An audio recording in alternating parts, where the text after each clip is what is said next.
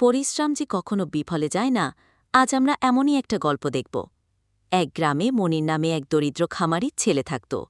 তার পরিবার খুব সামান্যই ধান, গম আর সবজি চাষ করত। ছোটবেলা থেকেই মনিরের স্বপ্ন ছিল নিজের খামার বড় করে সফল কৃষক হওয়ার। সে গ্রামের অভিজ্ঞ কৃষকদের কাছ থেকে শিখত আর নতুন পদ্ধতি আর প্রযুক্তি জানতে চাইত।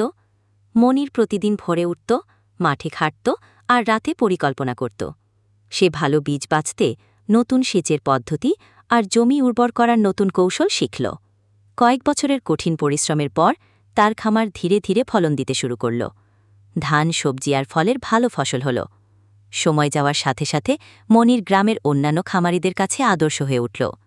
সে তাদের নতুন কৌশল শেখাল আর গ্রামের কৃষি উন্নয়নে অবদান রাখল।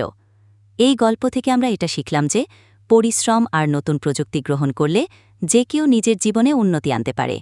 যারা আমাদের ভিডিওটি ফেসবুক থেকে দেখছেন, অবশ্যই আমাদের পেজটিকে ফলো করবেন, আর যারা ভিডিওটি ইউটিউব থেকে দেখে থাকেন তারা অবশ্যই আমাদের চ্যানেলটিকে সাবস্ক্রাইব করবেন।